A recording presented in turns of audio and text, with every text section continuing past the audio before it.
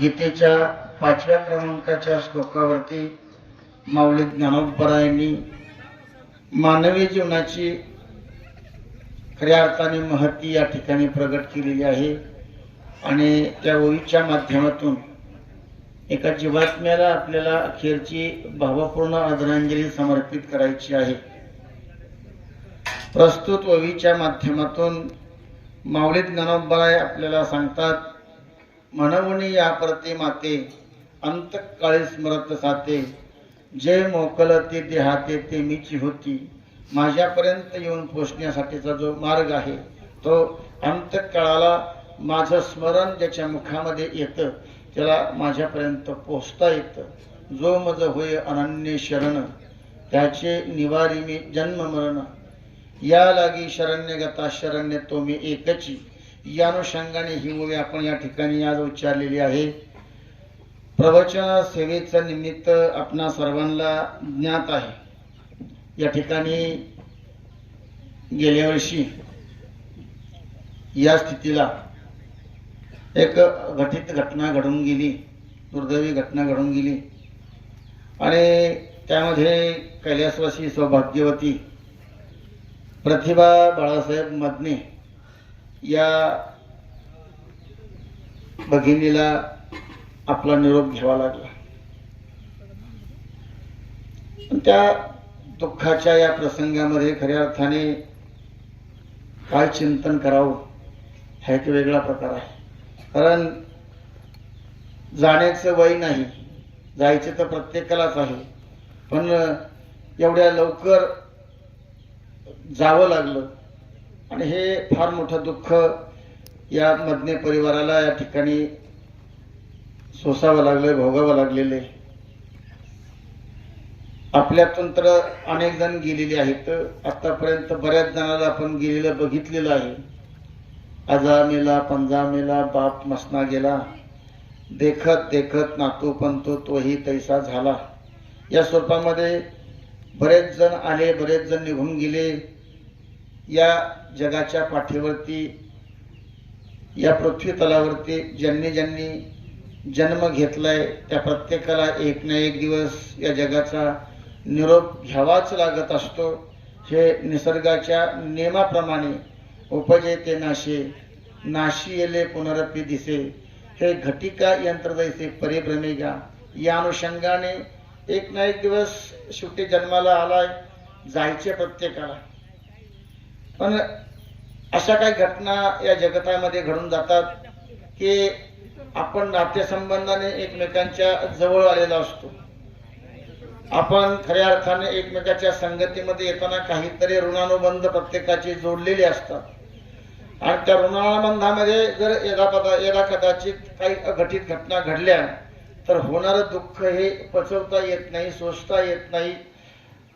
पर्याय जरी नसला तरी ते दुःख अतिशय कठीण असतं आणि या अशा कठीण दुःखामध्ये आपण सर्वजण या परिवाराला खऱ्या अर्थाने आधार देण्याचा प्रयत्न वर्षभराच्या या कालखंडामध्ये केलेला आहे आणि त्याच्यातून सावरण्याचा प्रयत्न त्यांनी थोड्या बहुत प्रमाणामध्ये केलेला आहे। आणि त्या निमित्ताने या भगिनीला जावं लागलं, त्या अनुषंगाने आजचं चाललेलं हे पुण्यस्मरण आहे। या पुण्यस्मरणाच्या निमित्ताने 3 गोष्टी या ठिकाणी घडणार आहेत। 3 गोष्टी या ठिकाणी घडणार आहेत। पुण्यस्मरण अर्थात आपण त्याला वर्षश्राद्ध म्हणतो आणि या पुण्यस्मरणाच्या निमित्ताने 3 घटना या ठिकाणी घडतात। पहिली गोष्ट या ठिकाणी पिंडदान होत असतं, दुसरी गोष्ट या ठिकाणी ज्ञानदान होत असतं आणि तिसरी गोष्ट या ठिकाणी अन्नदान होत असतं। दानाचे जे प्रकार आहेत त्याच्यामध्ये दानच घडतंय, पण 3 प्रकारचं दान आजच्या दिवशी या परिवाराकडून या ठिकाणी घडणार। हे का घडावं लागतं, का करावं लागतं, कशासाठी करायचं हा जर विचार केला तर गेलेल्या जीवात्म्याला जे पुण्य प्राप्त होणार आहे। कारण आजचा दिवस त्या जीवात्म्याच्या दृष्टिकोनातून शास्त्र असं सांगते, गेलेल्या जीवात्म्याला वर्षश्राद्धाच्या प्रथम वर्षश्राद्धाच्या दिवशी दुपारी 12 वाजता ज्या परिवारामध्ये त्यांचं वास्तव्य होतं, ज्या परिवाराशी त्यांचा ऋणानुबंध होता त्या परिवाराकडनं शेवटचं शीत प्राप्त झाल्याशिवाय मुक्ती प्राप्त होत नाही। शास्त्र असं सांगते, आजचा दिवस गेलेल्या जीवात्म्याला मुक्ती प्रदान करणारा दिवस आणि मुक्त होण्याचा दिवस आजच्या दिवस असल्या कारणाने या 3 गोष्टी आजच्या दिवशी घडल्या पाहिजेत. पहिली गोष्ट घडली पाहिजे ते पिंडदान घडलं पाहिजे. दुसरी गोष्ट घडली पाहिजे ते ज्ञानदान घडलं पाहिजे आणि तिसरी गोष्ट घडली पाहिजे ते अन्नदान घडलं पाहिजे. या 3 गोष्टी एकत्र ज्यावेळेस घडतात ना, त्यावेळेला दुपारी 12 वाजता स्वर्गामध्ये घंटा वाजत असती, शेवटचं शीत प्राप्त होतं आणि त्या जीवात्म्याला पुढचा जो आपला जन्म प्राप्त होणार आहे तो कशा स्वरूपाचा होणार आहे, त्यासाठी खऱ्या अर्थाने आजच्या दिवसाची आवश्यकता आहे. म्हणून आपण या ठिकाणी हा उपक्रम आजच्या दिवशी राबवत आहोत. कैलासवासी सौभाग्यवती प्रतिभाताईंच्या या असणाऱ्या पुण्यस्मरणाच्या निमित्ताने आपण सर्वजण या ठिकाणी उपस्थित आहात. सर्वांना विनंती करेल, मी 11:15 वाजेपर्यंत बोलणार आहे. तोपर्यंत आपण सर्वांनी कुठल्याही प्रकारची चर्चा न करता या ठिकाणी बसून राहायचे. कारण चांगलं ऐका. शेवटी एक ना एक दिवस आपल्या सगळ्याला जायचं आहे. यासाठी केला होता अट्टहास, शेवटचा दिवस गोड व्हावा. आपण कुणी या ठिकाणी राहण्यासाठी आलेलो नाही. आपल्या सगळ्यांचं जाणं हे ठरलेलं आहे. फक्त कधी जायचे, कुठे जायचे आणि केव्हा जायचे हे आपल्याला माहीत नाही. एवढंच घटना फक्त आपल्याला कळत नाही. एखाद्याला जन्माला यायचं असेल ना, तर कमीत कमी ते जन्माच्या अनुषंगाने 9 महिने अगोदर संकेत प्राप्त होतो. 9 महिने अगोदर संकेत प्राप्त होतो की कोणीतरी जन्माला येणार आहे. परंतु जायचा संकेत 9 सेकंदही मिळत नाही. 9 सेकंदही मिळत नाही. जाण्यासाठी किती वेळ शिल्लक आपल्या हातात आहे हे माहीत नाही. अहो, लिया हुआ घास नाही तेरा, हातात घेतलेला घासही मुखात जाईल याची शाश्वती नाही. अशी अवस्था या कलियुगाची आहे. कारण कलियुगामध्ये तर या कलियुगाला मृत्यूलोक हे नाव पडलेले. कारण आपण जर मृत्यूलोकात आलेलो असेल ना, तर मृत्यूला सामोरं जावं लागणार. एक ना एक दिवस ही घटना घडणार आहे. ही घटना कुणीही टाळू शकत नाही. संत महात्मे या भूतलावरती आले, त्यांनाही टाळता आलं नाही. देवालाही या भूतलावरती यावं लागलं, त्या देवालाही तर थांबता आलं नाही. आणि जीवालाही या भूतलावरती यावं लागतंय, परंतु त्यालाही थांबता येत नाही. यदा यदा ही धर्मस्य ग्लानिर्भवति भारतः अभ्युत्थाने या धर्मस्य तदात्मनां सृजाम्यहं परित्राणाय साधूनां विनाशाय तदुष्कृतः धर्म संस्थापनार्थाय संभवामि युगायुगी. प्रत्येक युगामध्ये मी या भूतलावरती अवतराला येत असतो, परंतु मला अवतराला येण्यासाठी काहीतरी कारणाची आवश्यकता असते. त्याशिवाय मी अवतराला येत नाही. याचा अर्थ असा आहे, देव अवताराला येतो, देव या भूतलावरती येतो, परंतु काहीतरी कारण घडावं लागतं. काय कारण घडावं लागतं? एक तर समाजामध्ये अराजकता माजावी लागते, एक तर समाजाची घडी बिस्कटली असावी लागते, एक तर या समाजामध्ये या भूतलावरती खऱ्या अर्थाने जर अराजकता माजली असेल, अज्ञान पसरलं असेल आणि कोणत्या तरी भक्ताला त्रास होत असेल, तर या भूतलावरती भगवंत अवताराला येत असतो. भगवंत का अवतार घेतो? तर भगवंताला येण्यासाठी कोणीतरी अगोदर हाक मारावी लागते. भगवंत तसा येऊ शकत नाही. जर प्रसंग या भूतलावरती वेगवेगळ्या प्रकाराने दुःख होत असेल ना, तर या समाजाला दुःखातून बाहेर काढायचे. परंतु भगवंताला या ठिकाणी येत असताना ज्याच्याकडनं त्रास होतोय ना, त्या त्रास होणाऱ्याला संपवावं लागतं. त्यावेळेला भगवंताचा अवतार होत असतो. जोपर्यंत येणाऱ्याला संपवत म्हणजे ज्याच्यापासून त्रास होतोय समाजाला त्याचा नायनाट करीत नाही ना, तोपर्यंत भगवंताचं येणं महत्वाचं नाही. मग त्याला भगवंताला येण्यासाठी कोणीतरी आवाज द्यावा लागतो. प्रल्हादाच्या साठी हाक मारावी लागली. हाके सरसी उडी घालोनिया स्तंभ फोडी, ऐशी कृपावंत कोण माझ्या विठाई वाचुनी. कारण या भूतलावरती याच्या प्रल्हादाला हाक मारावी लागली, माझा भगवंत कुठे? हिरण्यकश्यपूने ज्यावेळेस खऱ्या अर्थाने आपल्याच मुलाला त्रास द्यायला सुरुवात केली, देवाचं नाव माझ्या राज्यामध्ये कोणी घ्यायचं नाही, पण त्याच्याच पोटी भक्त प्रल्हाद जन्माला आला आणि तो फक्त नारायण नारायण म्हणू लागला, देवाचं नाव घेऊ लागला. त्या हिरण्यकश्यपूला काही सहन होत नव्हतं आणि इतका कंटाळा आपल्याच मुलाला मारण्याचा प्रयत्न त्याने केला. पण प्रयत्न करत असताना 11 प्रयोग केले. हिरण्यकश्यपूने मारण्यासाठी 11 प्रयोग केले. 11 प्रयोगातून देखील प्रल्हाद गेला नाही. का गेला नाही? देवाचा आशीर्वाद, देवाची भक्ती, देव तारी त्याला कोण मारी आपण असं म्हणतो ना, त्या अंशाने प्रल्हाद गेला नाही. पण शेवटी कंटाळून त्या हिरण्यकश्यपूने आपल्या मुलाला विचारलं, राजदरबारामध्ये उभा असताना विचारलं की तुझा आहे तरी तो कुठं, तू ज्याचं नाव घेतो तो आहे तरी कुठं, तो मला कुठं नाही. जळी स्थळी काष्टी पाषाणी सर्वत्र भरून राहिलेला आहे. सर्वत्र भरून राहिलेला असल्या कारणाने माझा देव कुठेही आहे.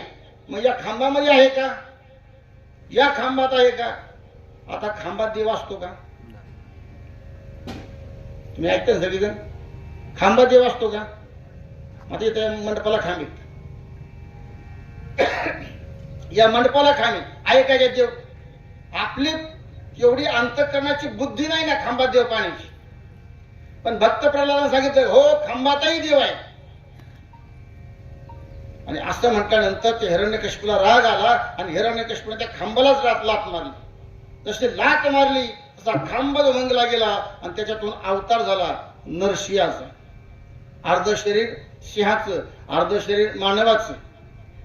आणि नरसिंहाचा अवतार झाला फक्त कोणासाठी झाला? भक्तासाठी, म्हणजे प्रल्हादासाठी झाला. कार्य काय होतं त्या नरसिंह अवताराचं? भक्ता राखी पायापाशी दुर्जनाशी संवारी. दुर्जनाचा संवार करायचा आहे. जरी हिरण्यकशिपू प्रल्हादाचा बाप असला तरी तो दुर्जन होता. माझा भक्त प्रल्हाद होता. प्रल्हादासाठी खऱ्या अर्थाने हिरण्यकशिपूचा अंत केला. त्याच्यात फार मोठी गंमत आहे. हिरण्यकशिपूने वरदान घेतलं होतं. हिरण्यकशिपूने वरदान घेतलं होतं मला मरायचं नाही, मला मरायचं नाही म्हणून वरदान घेतलं होतं. काय वरदान घेतलं होतं? मला मरायचं नाही. ब्रह्मदेवाची प्रार्थना केली, तपस्या केली. ब्रह्मदेव प्रसन्न झाला आणि प्रसन्न झालेल्या ब्रह्मदेवाला वरदान मागितलं मला मरायचं नाही. ब्रह्मदेवाने सांगितलं बाबा मरायचं नाही असं म्हणू नको, कारण मी देखील एक दिवस संपणार आहे. तुला मी आशीर्वाद देऊ शकत नाही न मरण्याचा, म्हणजे अजरामर होण्याचा आशीर्वाद देऊ शकत नाही. म्हणजे एक काम करा, तुम्हाला अजरामर होण्याचा आशीर्वाद देत नाही, देता येत नाही ना, एक काम करा, मला कशानेच मरण नाही आलं पाहिजे असा वर द्या. म्हणून तुला कशाने मरण नाही आलं पाहिजे. आणि त्यांनी खऱ्या अर्थाने त्या ठिकाणी मरण मागितलं. म्हणजे मरण माझं चुकवायचे, कशाने चुकलं पाहिजे. शस्त्राने नको, अस्त्राने नको, आत नको, बाहेर नको, वर नको, खाली नको, अनेक प्रकारे, एकूण 17 प्रकार त्याची मागणी कोणाची आहे? हिरण्यकशिपूची. 17 प्रकारची मागणी केली की मला मरायचं नाही. ब्रह्मदेव माझा तथास्तु, तथास्तु. तुला मरायचं नाही ना, आणखीने मारायचं नाही ना, नाही मारणार. आणखीने मारायचं नाही ना, नाही. असं सगळं सांगितलं. 17 प्रकारचे वर मागून घेतले आणि ब्रह्मदेवाने सांगितलं 17 मागून घेतले तरी तुझा दिवस ठरलेला आहे. 17 जरी मागून घेतले दिवस ठरलेला आहे, त्याच्यात मी बदल करू शकत नाही. कारण का हा नियतीचा खेळ आहे. मग ते हिरण्यकशिपूला मारण्यासाठी अवतार झाला. काय सांगितलं? मानवाकडून मला मरण नाही आलं पाहिजे, मला पशुकडून मरण नाही आलं पाहिजे, मला अस्त्राचं मरण नको, मला शस्त्राचं मरण नको. मग अर्ध शरीर मानवाचं, अर्ध शरीर नरसिंहाचं निर्माण झालं. आणि त्या हिरण्यकशिपूला या नरसिंह अवतारामध्ये नरसिंह आणि भगवान नरसिंहाने धरलं आणि वडत वडत वडत आणलं कुठं माहिती का? उमऱ्यामध्ये आणलं. उमऱ्यामध्ये आणलं. त्या काळातले उमरे होते. त्या काळातले उमरे म्हणजे वाडा असायचा आणि वाड्याला उमरा असायचा. आता उमराच नाही राहिला. आता गंमत काय झाली? उमरा संपल्यामुळं बंधन नाही राहिले, बंधन राहिले नाही. कारण उमरेला मर्यादा होती. लक्षपूर्वक आहे का? माझा एक तत्वज्ञानी विषय आहे तो. उमऱ्याला मर्यादा होती. कारण उमरा ओलडावा का नाही ओलडावा, लाडकी लेक मी त्या घरची, होणार सुनमी या घरची. पण या घरचा उंबरटा ओलांडताना मला ओलांडावं लागतंय ना.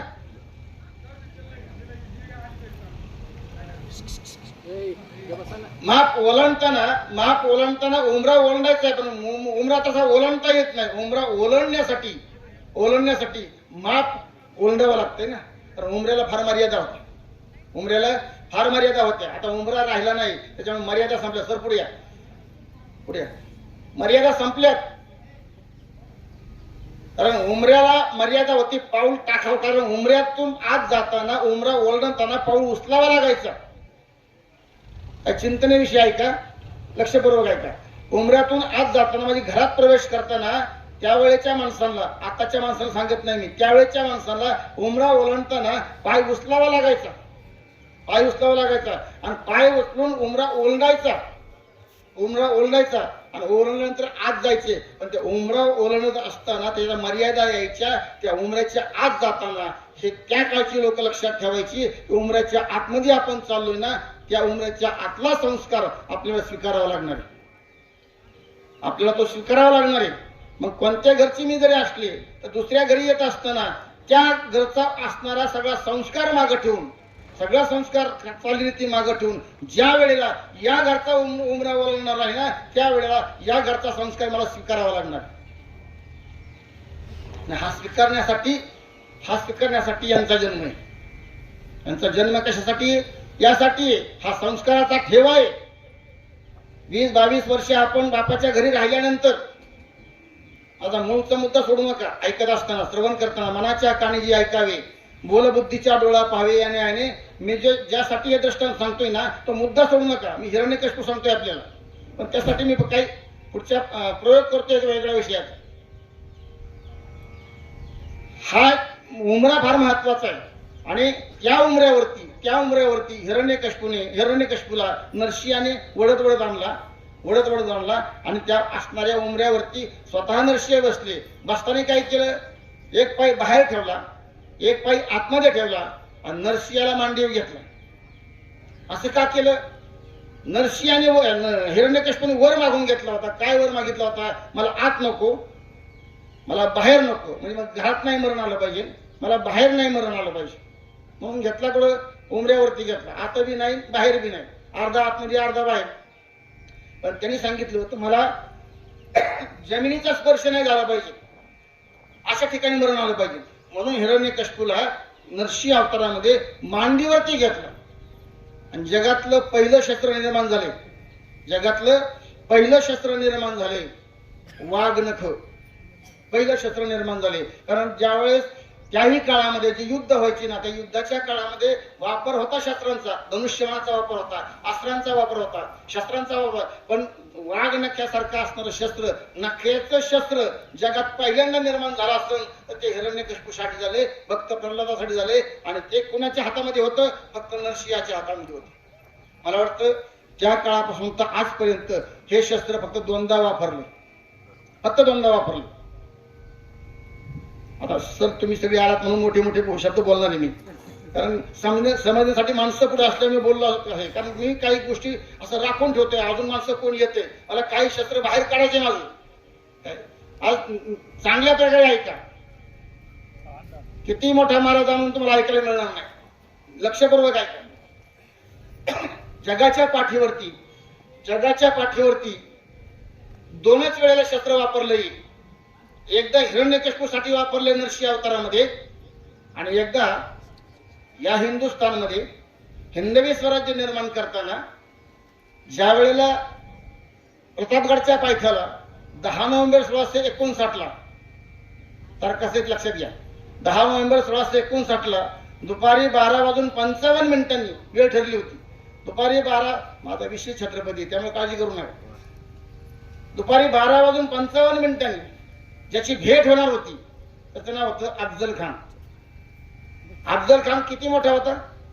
त्याला मारण्यासाठी ज्या छत्रपती गेलते ना, किंवा त्याची भेट घ्यायची ठरलं होतं ना, तर अफजल खान किती मोठा होता? त्याचं एकाच वाक्यात उत्तर देतो. इतिहासाने काय नोंद केली सर? इतिहास असं सांगतोय, अफजल खान किती मोठा असेल, त्याची उंची किती असेल हे सांगण्यासाठी इतिहासाने एका गोष्टीचे वर्णन करून ठेवले. अफजल खानाच्या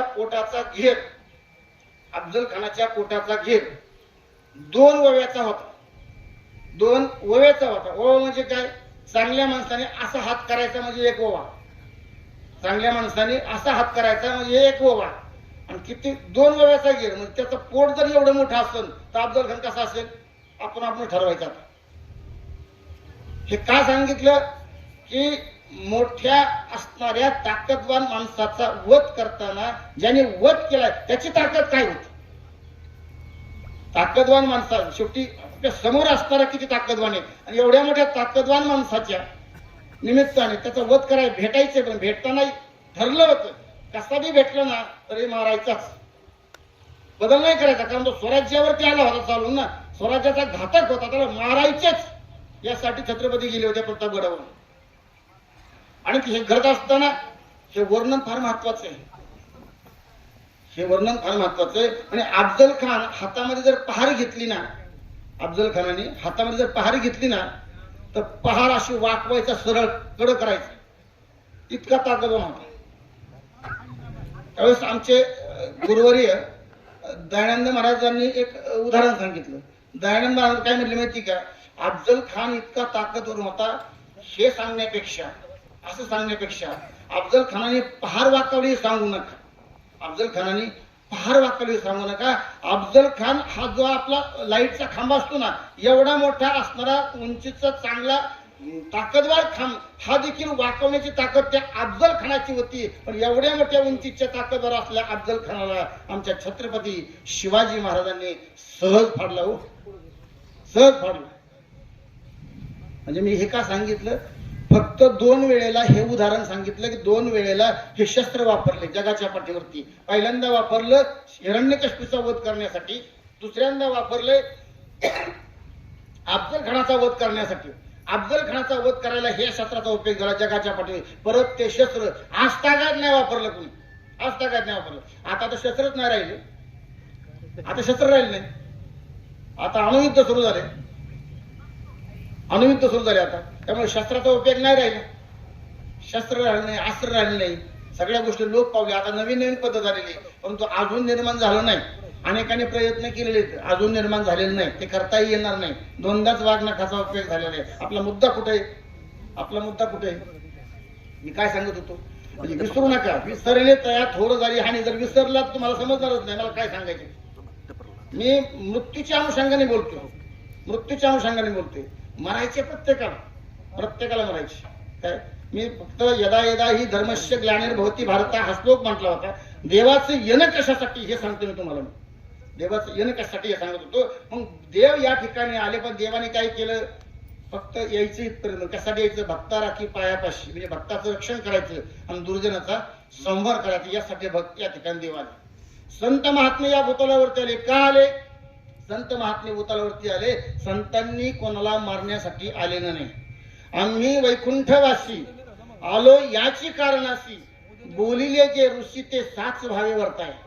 या भूतलावरती आम्ही आलो, पण येत असताना कशासाठी आलो आम्ही वैकुंठात राहणार नाही. तुम्ही सगळेजण इथं बसलेले आहेत, प्रत्येकाचं गाव माझ्या माहितीप्रमाणे वेगवेगळं आहे, बरोबर आहे ना, बरोबर आहे ना. आता माझा प्रश्न वेगळा आहे. आता हा कार्यक्रम संपला, तुम्ही कुठे जाणार? जिथून आलता तिथं जाणार ना, बरोबर ना. आपलं गाव कोणतं आहे? नक्की गाव कोणतं आहे आपलं? तुम्ही हिंग घेऊन आला ना, बरोबर ना.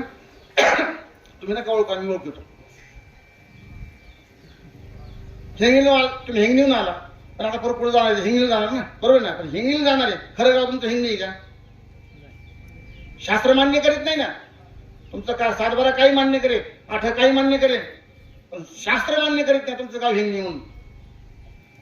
काय मान्य करीत नाही त्याचं कारण सांगतो. गीताकाराने वर्णन करून ठेवले. तुम्ही आम्ही सर्वच जण कोणाचे अंश आहोत? त्या देवाचे अंश आहोत. ममई वंशो जीवलोके, जीवभूत सनातन. आपण कोणाचे अंश आहोत? त्या देवाची लेकरं आहोत, बरोबर आहे ना. मग त्याचं गाव कुठलं आहे? देवाचं. देव कुठे राहतो?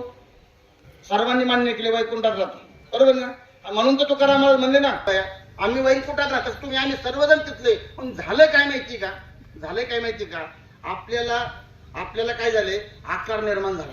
नीट लक्ष बरोबर आहे का. मी शेवटी प्रतिभाताईपर्यंत पोहोचणार, शेवटी तिथपर्यंत पोहोचणार. तिथपर्यंत यासाठी जी प्रस्तावना मला करणं गरजेची ना, ते प्रस्तावना लक्ष बरोबर आहे. प्रस्तावना चांगली ऐकली ना तर तुम्हाला काहीतरी कळण येतं, तोपर्यंत कळणार नाही. प्रस्तावना लक्ष बरोबर आहे का. तुम्ही आम्ही सर्वजण या भूतलावर काय माहिती का, संत या भूतलावरती आले, तुमचं आमचं रक्षण करण्यासाठी आले, तुमचा आमचा उद्धार करण्यासाठी आले. बुडते हे जन न देखावे डोळा, येतो कळवळा म्हणून या. जगाचा कळवळा येतो म्हणून संत महात्म्यांनी त्यांनी काही कमवायचा प्रयत्न केला नाही. आम्ही त्यांच्या ग्रंथावरती आमची माड्या बांधल्यात, तो प्रश्न वेगळा आहे. काय कळलं का मी काय म्हटलं? हे झटके लवकर कळले पाहिजे बरं का. माझ्याकडे झटके जास्त येते. आम्ही माऊली ज्ञानोबारांचे एका ओवीवरती आम्ही 10,000 कमवतो, नाही असं नाही ना. पण माऊली ज्ञानोबारांनी ही 10,000 रुपये आम्ही कमीतोय, पण ती ओवी लिहिण्यासाठी किती पैसे घेतले नेवाशामध्ये? फक्त एकच काम केलं, मेलेला जिवंत केला त्याच्या हातून लिहून घेतली. काय मेलेला जिवंत केला त्याच्या हातून लिहून घेतली, त्याचं नाव ज्ञानेश्वरी. शके 1272 तरी टीका केली ज्ञानेश्वरी. सच्चिदानंद बाबा आदरे लेखक झाला. सच्चिदानंद बाबांनी ते लिहून काढली. माऊली ज्ञानोबरांनी सांगितली, त्याच्यातली एक ओळ आम्ही घेतोय आणि पैसे देतोय 10,000, 11,000, 15,000, 20,000. श्रीमद भगवद्गीता तुम्ही आम्ही अजून लक्षात घेत नाही. इथे जर कोणी वकील असेल ना तर माझा प्रश्न वेगळा आहे.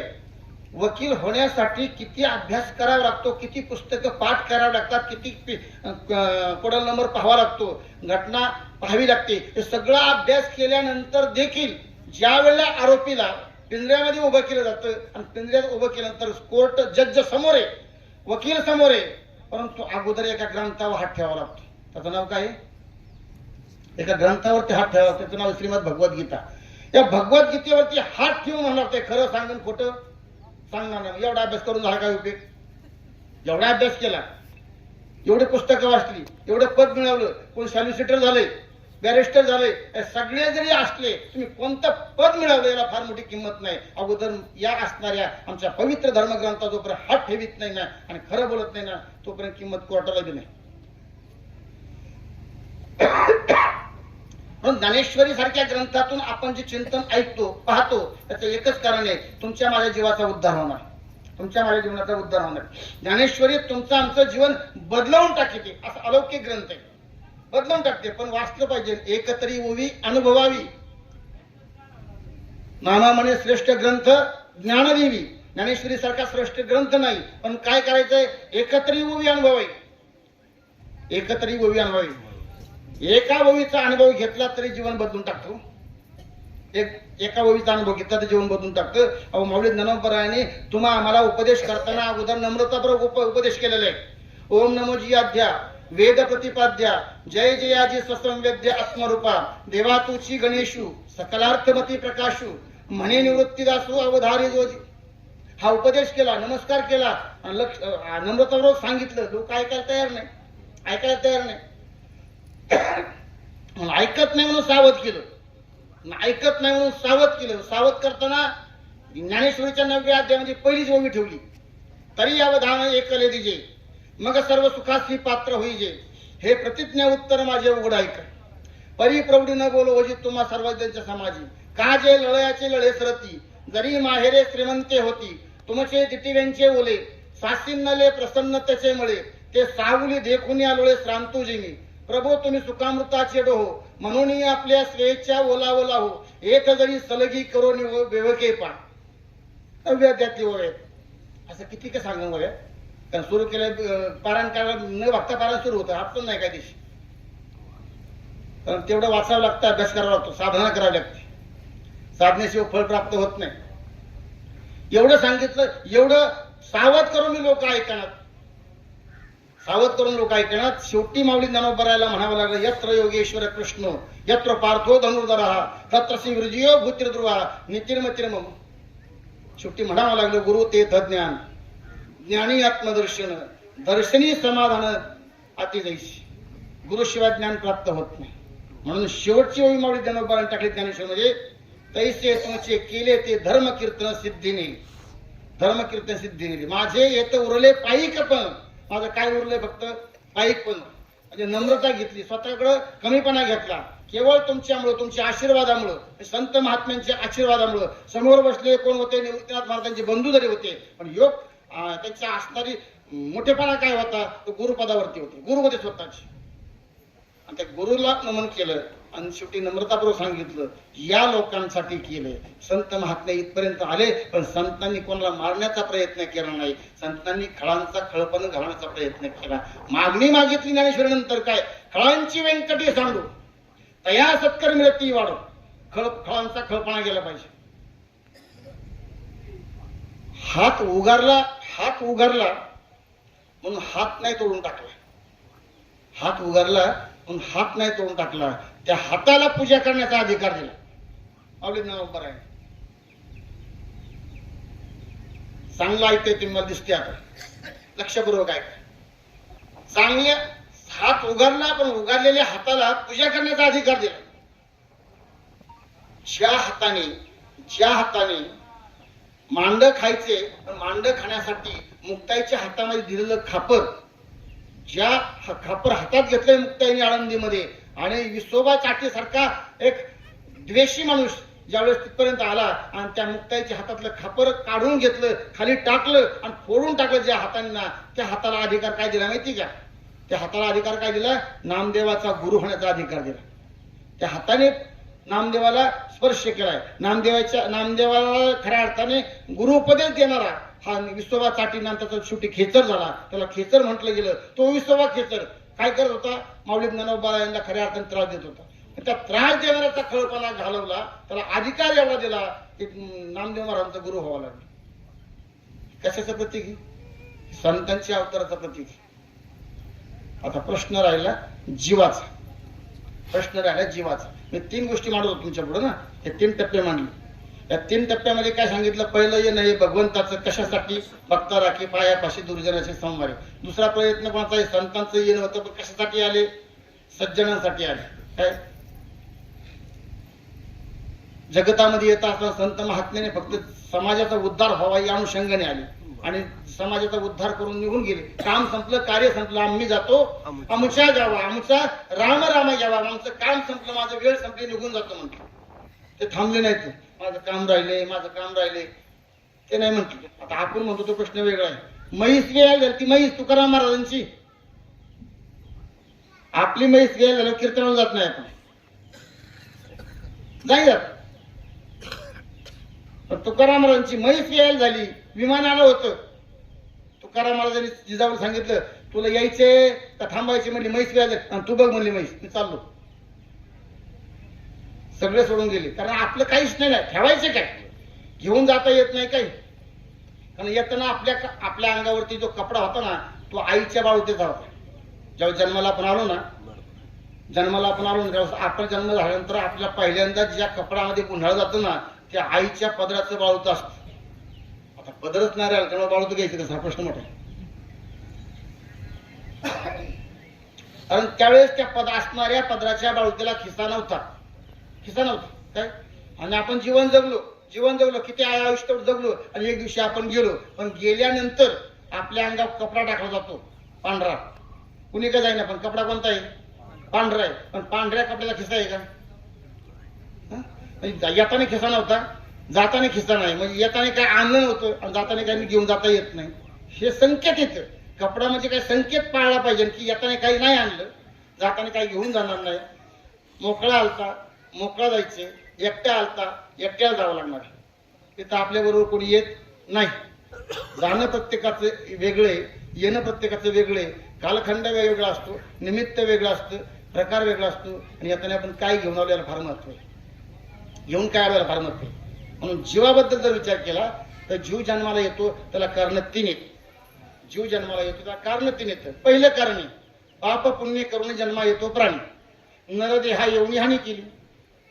हे पाप पुण्याची गणना आहे. पाप पुण्य समान झालं तर आपल्याला परत मनुष्य देह प्राप्त होईल, जीवस्वरूप प्राप्त होतं. पण जीवस्वरूप प्राप्त होत असताना दुसरं कारण सांगितले, केले कर्म ते भोगाल. केलेलं कर्म भोगण्यासाठी इथं यावं लागतं. म्हणजे कुणी का सांग, कर्म कोणालाही चुकत नाही. तो कुणी जरी असला तर केलेलं कर्म चुकत नाही. कारण भोगतो न घडे संचिता वाचून. भोग हा संचिता वाचून सुटणार नाही. प्रत्येक काळात त्याला सामोरं जावंच लागतं. जर प्रारब्धात असेल ना तर पेट्रोल पंपावरती पेट्रोल भरणारा एक दिवशी एवढा मोठा रिलायन्स समूहाचा उद्योगपती होतो, मोठा होतो. याचं कारण काय? त्याचं कारण जरी पेट्रोल पंपावर भरत होता ना पेट्रोल, तरी देखील त्याच्या नशिबात, त्याच्या प्रारब्धात हा योग होता उद्योगपती होण्याचा. उगच नाही झालं. ते होण्यासाठी प्रारब्ध लागतं. बरोबर लागतं. आपल्याला येताना प्रारब्ध बरोबर घेऊन आलोय. जे प्रारब्धात घडणार आहे ते घडणारच आहे. कारण कर्म चुकवायचं नाही. कर्म चुका पूर्वीच्या काळामध्ये कणगी असायच्या. पूर्वीच्या काळात कणगी असायच्या. आणि त्या कणगी आपण ठेवायचं कुठं? पटांगला असायचं. बरोबर ना. खाली काय करायचं? बोराड्याचे काटे टाकायचे, त्याच्यावरती कणगी ठेवायचे आणि त्याच्यात धान्य टाकायचं. बरोबर ना. धान्य टाकायचं त्याच्यामध्ये. आणि धान्य पूर्ण कणी भरली, वरून काय करायचं आपण? लिपून घ्यायचं. वरून लिपून टाकायचं. लिपून टाकल्यानंतर कणगीतून धान्य काढायचं. कसं काढायचं आपण? कणगीतलं धान्य खालच्या बाजूला त्याला, बरोबर आहे का नाही? धान्य कुठून निघते? खालून निघते. लक्षपूर्वक आहे, धान्य खालून निघते आणि टाकताना कुठून टाकतो आपण? वरून टाकतो. ऐका बरं का, कर्म कशाला म्हणायचं. धान्य खालून काढतोय आपण, काय धान्य काढत काढत काढत काढत आलो, परंतु कमीत कमी नाही म्हणलं तरी पाव हिस्सा धान्य शिल्लक आहे. किती शिल्लक आहे? पाव हिस्सा शिल्लक राहिले आणि नवीन धान्य तयार झालं आणि परत धान्य तयार झालेलं आपण त्या कणगीत आणून टाकलं. खाली काय राहिलं? खाली काय कोणतं धान्य? गेल्या वर्षीचं धान्य. आणि वर टाकलं कोणतं? नवीन धान्य. एक लक्षपूर्वक आहे का, वर नवीन धान्य, वर नवीन धान्य, खाली जुनं धान्य. अगोदर कोणतं निघन? उद्या दळण करायचं, पहिलं निघन ना, पहिलं धान्य निघणार, बरोबर आहे की नाही? मग पहिलेच अगोदर मिळणार आहे ना. मग तसं तुम्ही काय म्हणता माहिती का, एवढं चांगलं आम्ही कर्म करतोय, इथे आम्ही या जगातामध्ये आता आलोय ना, एवढं चांगलं कर्म, इतकं चांगलं वागतोय, एवढं चांगलं वागतोय, तर आमचं असं का? आमचं असं का? सगळे दुःख आम्हाला भोगावं लागतात. अहो अख्ख्या गावाला त्रास दिलाय, अख्ख्या गावाला त्रास दिलाय, तरी त्याचं चांगलंय, तरी त्याचं चांगले. आणि आम्ही रोज पारायण करतोय, हो रोज पारायण करतोय, तरी आमचं चांगलं होत नाही. तर कारण काय? हे शिल्लक राहिलं होतं पाहून कणगी मधलं. ते कणगीत संपल्याशिवाय नवीन नाही येणार. आता जे कर्म करतो ना, ते कर्म कधी उपयोगी येणार आहे? ते जुनं संपन तेव्हा ना, जुनं संपलंच नाही आणि मग नवीन कसं काय उपयोगी येईल? काल काम केल्यानंतर त्याचे पैसे, कालच्या कामाचे पैसे आज मिळणार आहेत, बरोबर ना? ते पैसे कालच्या काम केल्याशिवाय नाही मिळणार ना. पण मोबदला कधी? काम केल्यानंतर. कर्म केलेला मोबदला मिळतोय तो साठवायचा असतो. कर्म केलेला मोबदला मिळतोय तो साठवायचा असतो आणि साठवल्यानंतर त्याचा उपयोग करायचा असतो. कर्म केल्या केल्या तुम्हाला त्याचा उपयोग नाही मिळत. केले कर्म के भोग आले, केलेलं कर्म भोगावंच लागतं. उदाहरण सांगतो ऐका. सीतेला तुम्ही म्हणता रामाची बायको होती, दशरथाची सून होती, जनक राजाची कन्या होती, मोठ्या मोठ्यांची आहे त्या, मोठ्यांची कन्या होती, मोठ्याची बायको होती आणि मोठ्याची सून होती. किती मोठे होते? जगाचा मालक प्रभू रामचंद्र, त्याची बायको. जगतामध्ये ज्याचं नाव विजयी म्हणून घेतलं होतं त्या जनकाची कन्या होती. आणि इंद्राला देखील युद्धामध्ये मदत करणारा दशरथ राजा, त्याची ती सून होती. किती मोठ्यांची होती? मोठ्याचा उमरा वळवणं अवघड असतं, मोठ्यांचा उमरा वळवणं अवघड असतं, कारण मोठ्याच्या उमऱ्यातला संस्कार लवकर कळतच नाही. काही गोष्टी लक्षात घ्या. एवढ्या मोठ्याची ती सून होती, पण तिच्या प्रारब्धात घटना का घडली? तिच्या प्रारब्धात घटना अशी घडली, तिने प्रश्न केला होता नंतर की असं माझ्या जीवनात का घडलं.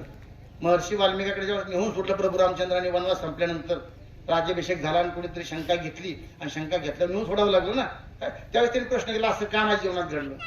त्यावेळेस तिथं ऋषींनी सांगितलं तुझ्या जीवनात असं का घडलंय, त्याचं कारण आहे, नीट लक्षपूर्वक ऐका आणि तुम्ही देखील ऐकून घ्या का घडलंय. सीता तिच्या लहानपणी अशी बाहेर खेळत होती आणि बाहेर खेळताना त्यांची शेवटी मोठी घराणी, त्यांचा परसबाग चांगला मोठा असतो, म्हणजे बाग असायची. दशरथ राजाची बाग जशी होती तशी जनकाची बाग होती. आणि खेळत असताना ती बागेत खेळत होती आणि खेळत असताना एक दोन पक्षी म्हणजे नर आणि मादी त्या झाडावरती येऊन बसले होते. पण गंमत अशी आहे, त्या झाडावरती जी नर मादी येऊन बसली होती ना, त्या दोघांची पैकी मादी गरोदर होती आणि गरोदर असणाऱ्या मादीला, त्या पक्षिणीला, तो असणारा पक्षी तिचा नवरा तिला रामाने सांगत होता. काय सांगत होता? सीतारामाची बायको नंतर होणार होती, हो अगोदर ऐका, माझं बोलणं तोडू नका बरं का. रामाने सांगत होता आणि हिला त्याचा आनंद वाटला. रामाने ऐकू लागली ना. तो पक्षी त्या पक्षिणीला रामाने सांगायचा. का सांगायचा माहिती का? ती गरोदर होती. तुम्हाला काय कळलं मी काय म्हणलो? काय होती ती? गरोदर होती. मग त्या गरोदर असणाऱ्या महिलेला, त्या स्त्रीला म्हणजे त्या पक्षिणीला तो पक्षी काय सांगायचा? रामाने सांगायचा. आपण काय करतोय आता गरोदरपणामध्ये? आता बोलणं कळतंय का मी काय बोलतोय ते? त्या लग्न न झालेल्या कन्येला म्हणजे सीतेला आनंद होत होता. कशाचा आनंद व्हायचा? पक्षीला रामाने सांगतोय. रामायण कधी घडलं? नंतर घडणार होतं. पक्षीला रामाने सांगतोय त्या पक्षीला रामायण सांगत असताना तिला आनंद व्हायचा, या कन्येला आनंद होत होता. आणि आनंद होत असताना तिला असं वाटलं, आता समजा या असणाऱ्या झाडावरती, या वृक्षावरती हे असणारं जोडपं जे ना किती वेळ बसणार आहे, हे जोडपं किती वेळ बसणार आहे? जोडपं साधारणपणे विश्रांती घेऊन निघून जाणार आहे, म्हणजे झाडावरचा पक्षी बस थांबत नाही. शास्त्र असं सांगते, पक्षी अंगणी उतरती ते काय गुंतवणी राहती, तैशी असावे संसारी, जोवरी प्राचीनाची दोरी, वस्तीकर वस्ती आला, प्राप्त काळी उठवणे गेला.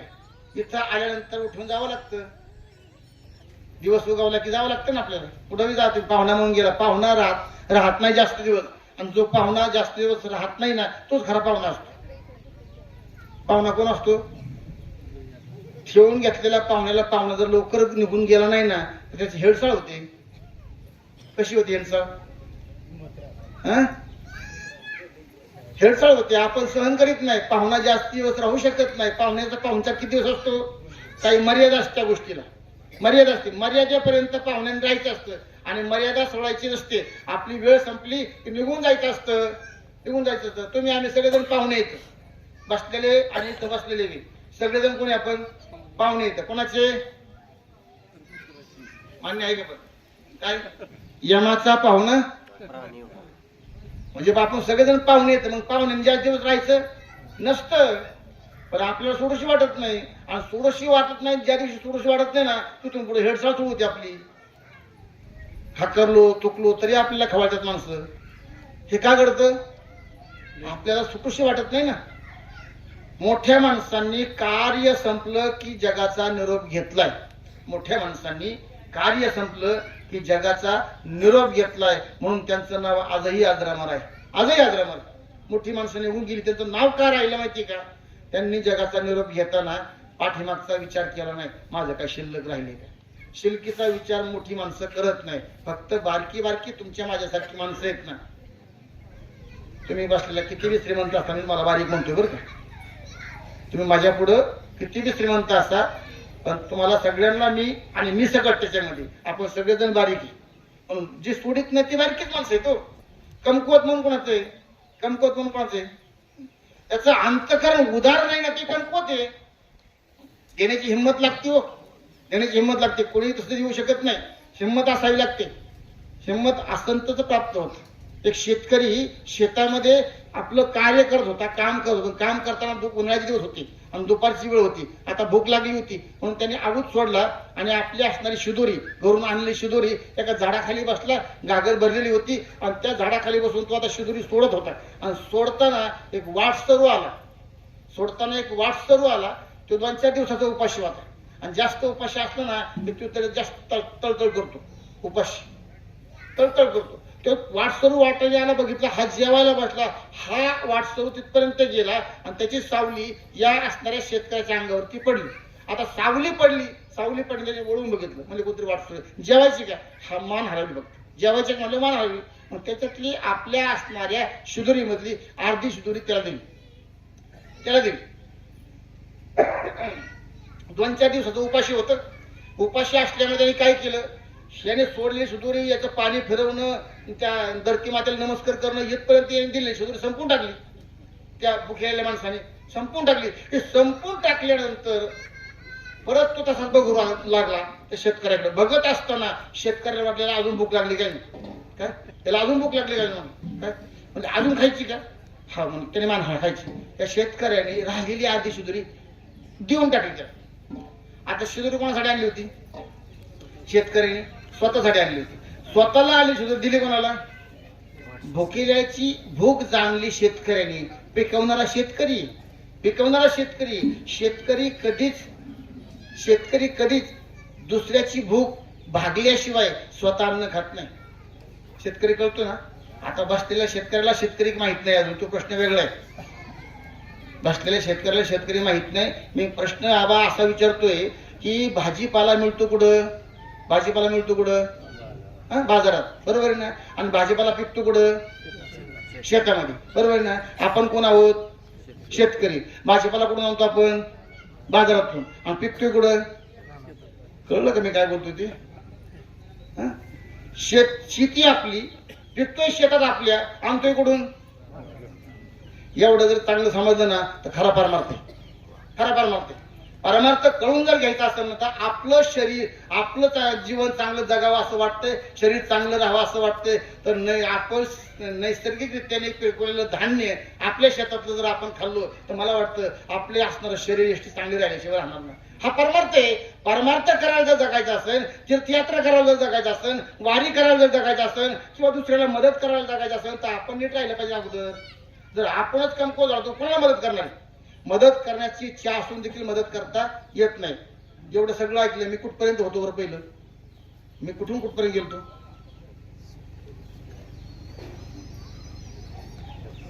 असंच गंमत असते. आणि हे जोपर्यंत जमत नाही ना तोपर्यंत आमची किंमत वाढत नाही. आमचे झटके तुम्हाला कळत नाहीत ना. मी काय सांगत होतो? पक्षाचा आणि पक्षिणीचा संवाद नाही. पक्षाचा आणि पक्षिणीचे एकत्र आल्यानंतर त्याला पक्षी रामायण सांगायचा पक्षिणीला. हे सीता आहे त्यावेळी ती कन्या, सीतेचं लग्न झालं नव्हतं, ही कन्या ऐकत होती. आणि ऐकत असताना सीतेला असं वाटलं आता अंधार पडणार आहे, म्हणजे पक्षी उडून जाणार येतं. आणि पक्षी उडून गेल्यानंतर त्यांचं रामायण, उद्या ते काही येतील कायची गॅरंटी काय? उद्या ती येतील का नाही याची गॅरंटी नाही ना. पण ती येणार नाहीत ना. येणार नाही म्हटल्यानंतर आपल्याला उद्या रामायण ऐकायला मिळणार नाही म्हणले. काय रामायण आहे सीतेला माहित नव्हतं. काय रामायण, उद्या काय रामायण, आपलंच रामायण उद्या घडणार आहे ही तिला काय माहिती?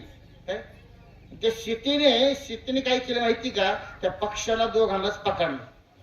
त्या झाडावरच्या पक्षाला पकडलं आणि पकडल्यानंतर पिंजऱ्यामध्ये ठेवून पिंजऱ्यामध्ये घातलं आणि महालात घेऊन आली. महालात घेऊन आली. तो पक्षी सीतेला म्हणू लागला, ताई आम्हाला पकडले पण आम्ही पक्षी जातीतली माणसं आहोत. आम्ही पक्षी जातीतली माणसं एखाद्या पिंजऱ्यात, एखाद्या घरात नाही राहू शकत. आमचं घर हे विश्व आहे. आमचं घर हे विश्व आहे. आम्हाला विश्वात विहार करण्याची सवय. मग विश्वात आम्हाला फिरू द्या म्हणले. अंधार पडला आम्ही आमच्या कोठडीमध्ये जाऊ, आमच्या घरट्यात जाऊ. उद्या परत येतो आम्ही पुढं इथं. उद्या परत येतो, पण परत आल्यानंतर तुम्हाला परत रामायण ऐकायला. ती काय म्हणली, सीता तुम्ही सुंदर रामायण सांगतो, मला आनंद वाटला म्हणून तुम्हाला पकडले म्हणले. म्हणजे काम करा ना, आम्हाला सोडा ना, उद्या परत येतो. पण सीता ऐकते पुढं. राजाची मुलगी ऐकत नाही आणि मोठी ऐकतच नाही तशी. कळतंय मी काय बोलतो? मला मोठ्याची माणसं ऐकत नाही तशी. अहो सीता ऐकायला तयार नाही. मग तिने काय केलं माहिती का? पिंजऱ्यात ठेवलं. जायचं नाही, तुम्हाला जे बाहेर मिळते खायला, तुम्ही जे खाता ते सगळं खाद्य तुम्हाला इथे मिळेल.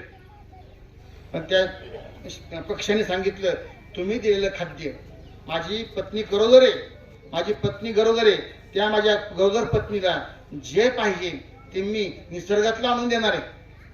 आणि तुम्ही दिलेलं चालणार नाही म्हटलं. आम्ही पक्षी जातीतले आहोत. पण सीतेने ऐकलं नाही, सोडलं नाही. आणि मग शेवटी विनंती केली त्या पक्षाने विनंती केली की आता एक काम करा, तुमची इच्छाच आहे तर माझ्या पत्नीला इथे राहू द्या, फक्त मला जाऊ द्या. मी बाहेर जातो आणि माझ्या पत्नीसाठी अन्न घेऊन येतो, मला बाहेर जाऊ द्या. सीता कबूल झाली. तिने सोडलं. पक्षी निघून गेला, अन्नासाठी निघून गेला. दिवसभर फिरला, दिवस मावळला, परत माघारी येईना. सीतेने दिलेलं अन्न त्या पक्षीने खाल्लंच नाही. कारण का? अन्न कोणतं पाहिजे तर माझ्या पतीने आणलेलं अन्न मी खाणार आहे. मी गरोदर आहे, कारण मला गरोदरपणामध्ये जे लागतं ना ते फक्त माझ्या पतीला माहिती आहे. ते घेऊन येईन, मी खाईन. आशेने ही बसून राहिली. परंतु त्या असणारा पक्षी काय माघारी येत नाही. दिवस मावळून गेला तरी येईना, रात्रीचे 8 वाजले तरी येईना. अशा अवस्थेमध्ये शेवटी सीतेला त्या पक्षीने सांगितलं, आता माझा पती बाहेर गेला. शेवटी वादळ सुटलं होतं, विजा कडकडत होत्या, पाऊस पडायला लागला होता. आणि अशा अवस्थेत माझा पती जिवंत राहिल्याकडे सांगता येणार नाही. कोणाचा तरी शिकार झाला असेल, त्यामुळं माझा पती येत नाही. म्हणून मी आता माझा ध्येय त्याग करून टाकते. आणि तिने आपला ध्येय विलीन करायचं ठरवलं, प्राण उत्क्रमण करायचं ठरवलं. आणि ती पक्षीने आपला प्राण उत्क्रमण करते. शेवटची घटका आली. आता या पक्षाच्या असणाऱ्या शरीरातला, त्या पक्षीच्या शरीरातला आत्मा निघून जाणार आहे. आणि तोपर्यंत हा पक्षी आला. पुढची घटना आहे का? हा पक्षी आला. आलेल्या पक्षाने पाहिल्याबरोबर हिला आनंद झाला. कोणाला पक्षीला आनंद झाला, परंतु आत्मा शेवटच्या स्टेपला होता, आता जाणारे अशी अवस्था होती. या अवस्थेला तो आत्मा परत शरीरात येऊ शकत नाही, या असणाऱ्या पक्षीला माहिती होतं.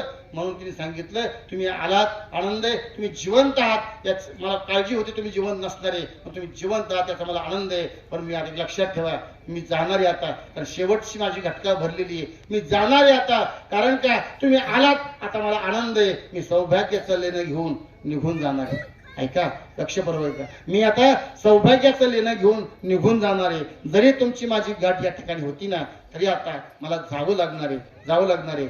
वेळ अशी आली आपल्यावरती, दोघांच्या वरती. चांगलं करत होतो आपण, चांगलं सांगत होतो, रामायण गात होतो, पण रामायण गात असताना देखील आपल्यावरती ही घटना आली, हे कृत्य आलं, हे कर्म आलं. आता पर्याय नाही, आपल्याला भोगावं लागणार आहे, आपल्याला सोसावं लागणार आहे. मी जाते. पक्षीने म्हटली, मी जाते. आणि त्या पक्षीने त्या ठिकाणी आपला देह ठेवला, जीव सोडून दिला. जीव सोडून दिल्यानंतर तो पक्षी स्वतः इतकं रुदन केलं, इतकं रडला पक्षी. आणि शेवटी त्या पक्षाने सीतेला शाप दिला. ऐका, पुढं काय केलं, त्या पक्षाने त्या सीतेला शाप दिला. ऐक कन्ये, तू राजाची कन्या आहेस. ऐक कन्ये, तू राजाची कन्या आहे. आम्ही दोघ जण पती पत्नी, माझी पत्नी गरोदर असताना आमची ताटातूट केली. ऐका बरं का पुढं काय, आम्ही दोघ जण पती पत्नी असताना, माझी पत्नी गरोदर असताना आमची ताटातूट केली ना. जशी आमची ताटातूट झाली ना कन्ये, तुला देखील तुझ्या आयुष्यामध्ये तू गरोदर असताना पतीपासून अलग राहावा लागणार आहे. हा दिलेला शाप शेवटी महर्षी वाल्मिकाने तो लिहून ठेवला, आणि तसंच रामाला वागावं लागलं. आणि शेवटी लव आणि कुश पोटामध्ये असताना सीतेला वनात जावं लागलं, रामापासून दूर राहावं लागलं. याचं कारण काय, कोणाचा शाप आहे, पक्षाचा शाप आहे. पक्षाने दिलेला शाप देखील त्या सीतेला भोगावा लागणार आहे. एक लक्षात ठेवा माणसांनो, आपण काय काय करतोय. आता कोणाकोणाचा शाप आपल्याला बसतोय, आता बोलणं कळते का, कोणाकोणाचा शाप आपल्याला बसतोय हे जर नाही कळलं ना, तर डोळं झाकून करू नका. नुसतं डोळं झाकून जर राहिलो आपण ना, तर मला वाटतं किती वेळा जन्म यावे, किती व्हावे फजित, आपण जर किती वेळा जन्म घेऊ, शेवटी हा जर पुनरपी जननम पुनरपी मरणम पुनरपी जन्मी जठरे शयनम यह संसारे खल दुस्तरे, या स्वरूपाचा जर विचार केला ना, तर आपल्याला सहजासहजी आपण कर्म जर चुकवलं ना, त्या कर्माचा भोग भोगल्याशिवाय तुम्हाला पर्याय नाही. पण चांगलं कर्म जीवनामध्ये घडलं पाहिजे. परिस्थिती कशी असू द्या, कर्म चांगलं भोगता आलं पाहिजे. आता प्रश्न लक्षात घ्या, 11:30 वाजून गेले, अजून माझी प्रस्तावना चांगली झालेली नाही. कारण काय, मुद्दा फार महत्वाचा आहे ना, पण मला आज चिंतनच वेगळं मांडायचं होतं. अशी एक ठिकाणी की मृत्यूच्या वेळेला मनुष्य जीव ज्या ठिकाणी तुमचा मृत्यू ठरलेला आहे ना, त्या ठिकाणी पोहोचल्याशिवाय राहत नाही.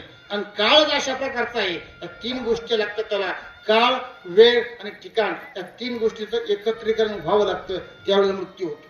सहज मृत्यू होत नाही.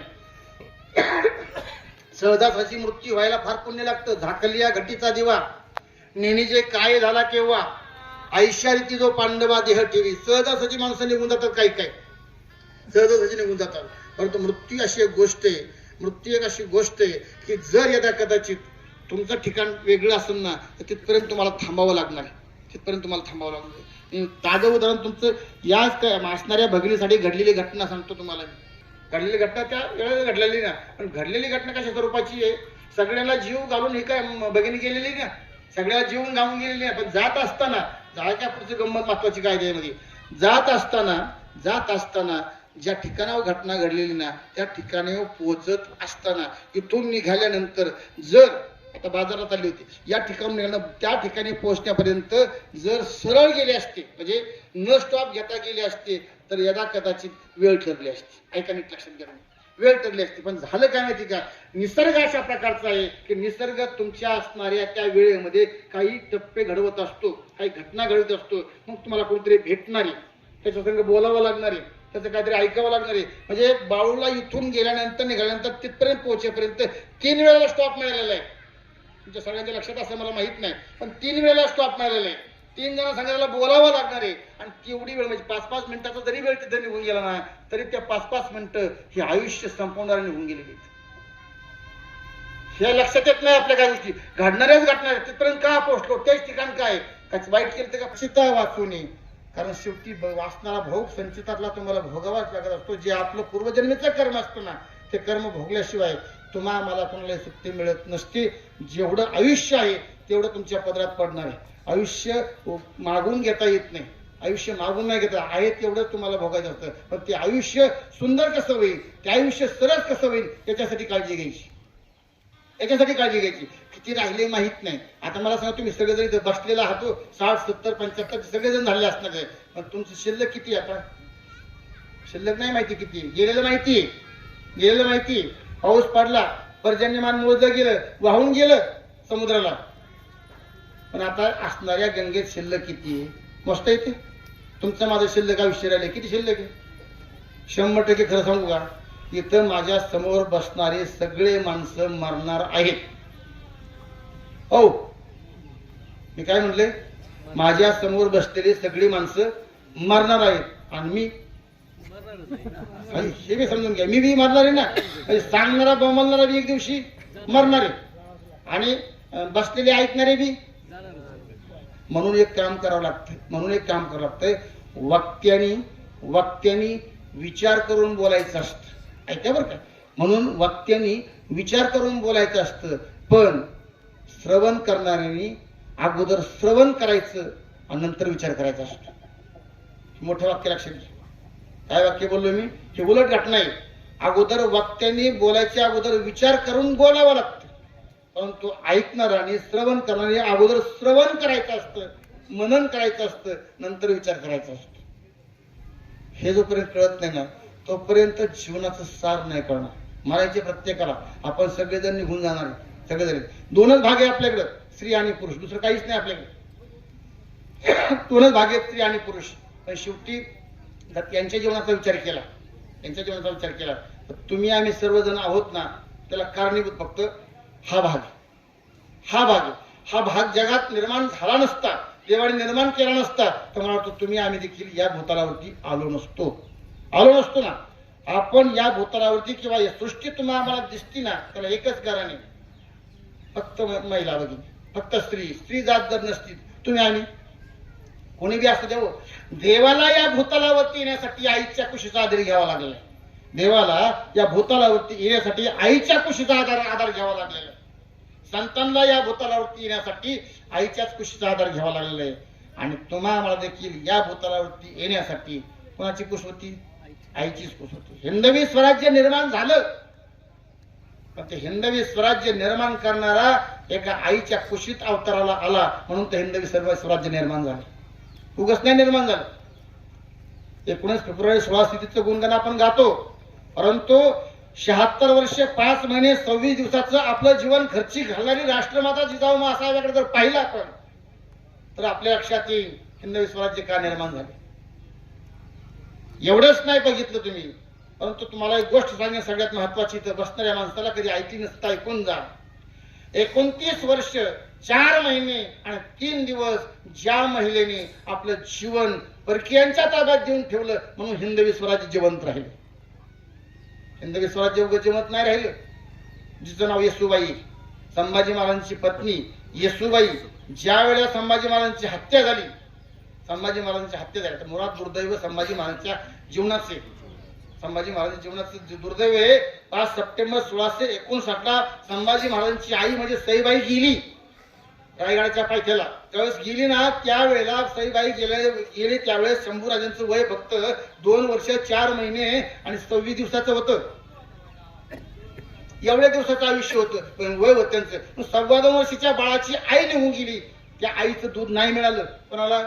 शंभूराजाला दूध नाही मिळालं. कारण आईच्या दुधाची किंमत काय असते हे आईचं दूध केल्याशिवाय. आईचं दूध ज्याला मिळालं ना त्याला, आता मुळात वरचं दूध औषध लागलेली प्रश्न वेगळा आहे सध्या, बाटली आणि वरचं दूध, त्याच्यामुळे आपल्याकडे बुद्धीचीच अडचण निर्माण झालेली.